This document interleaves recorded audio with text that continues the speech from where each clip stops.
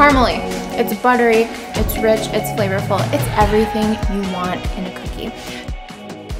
Everybody has a chocolate chip cookie recipe that they love and adore and claim is the best ever. But today I am here to show you my life-changing brown butter chocolate chip cookies.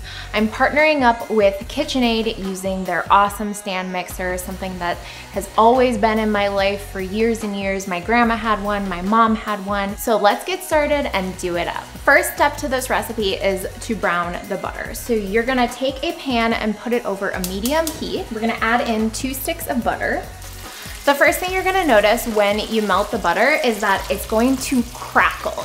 It'll be nice and loud, and you wanna stir consistently during this process, because what's happening is the milk solids are falling to the bottom of the pan, and that's what is caramelizing and causing that nice, really nutty flavor. Next, you'll notice that the butter will start to foam along the edges, and so this is when the browning of the butter is actually happening and where you have to keep a really, really close eye on it. So as soon as you see the butter start to turn that nice amber color, you want to immediately turn off the heat, take your pan off of it, and then you can either transfer it to a bowl or you can just set it aside on a different burner to allow it to cool. So we're gonna let this cool for at least 15 minutes.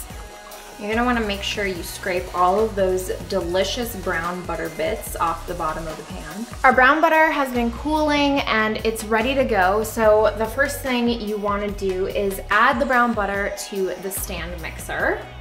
Next, we're gonna add in our dark brown sugar. So I like to use dark brown sugar in my cookie recipes because it just adds a nice molasses flavor. There's a little bit more molasses in dark brown versus light brown, so I highly recommend using this in this recipe. We've got a little bit of regular sugar. So here we've got an egg and an egg yolk. We're not using 2 eggs, we're using 1 egg and 1 egg yolk, and make sure they're at room temperature. If they're not, they will harden the butter, and that's not something that we want in this cookie recipe. We're gonna use this flat beater from KitchenAid, which is awesome for mixing cookies. Now, I don't know if you guys know this, but KitchenAid also makes like 10 different attachments. It's not just for baking, they've got everything from making spiralized pasta with vegetables to actually using a sifter attachment. It's really, really awesome. So we're gonna place this on a medium-low speed until it's nice and well combined, smooth and creamy. Next, we're gonna add in our vanilla. And then yet another secret to this recipe is using Greek yogurt. So you could use sour cream or Greek yogurt, it doesn't really matter. But what's important is that it adds a nice moisture to the cookie and contributes to that beautiful crackly top that these will have when they come out of the oven. We're gonna mix again. Next, we're gonna add our flour mixture. So I'm gonna add some baking soda and salt to the flour. And then I'm just gonna give it a little whisk so that it's well combined. We're gonna add half of our flour and then give it a mix, and then we'll add the other half.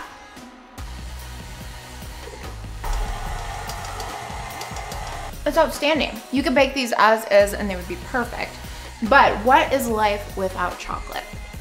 Today we're using 2 types of chocolate chips, which I think is essential to creating depth in a chocolate chip cookie flavor. So we're using semi-sweet and milk chocolate, but you could also use semi-sweet and dark chocolate if that is your preference.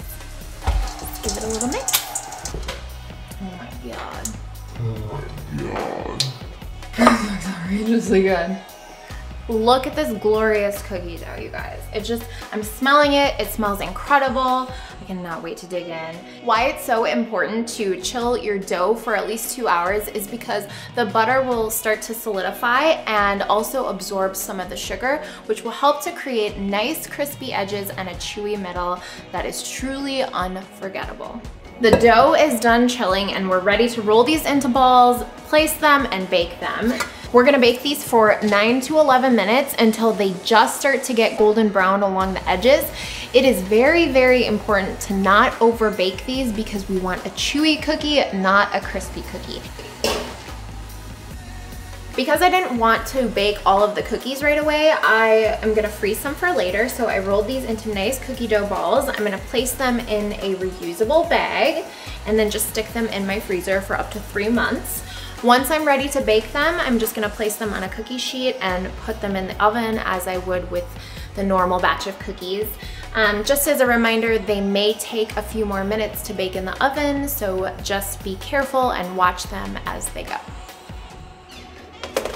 So this is what I mean by just a little bit of golden brown along the edges. They look a little bit underdone, and that's how we want them. So we're gonna wait for these to cool and then give them a sprinkle of sea salt because I love sweet and salty. I hope you guys have loved learning about my famous life-changing brown butter chocolate chip cookie recipe. I first made this recipe 7 years ago when I was trying to perfect the best chocolate chip cookie recipe. I used my KitchenAid mixer back then, and I'm super happy to still continue to be using it today. So let's dig into these bad boys. So good. So good. So go grab the recipe on the blog and let me know below if you've ever made these before. And be sure to use the hashtag #AmbitiousKitchen on Instagram so I can see all of your creations.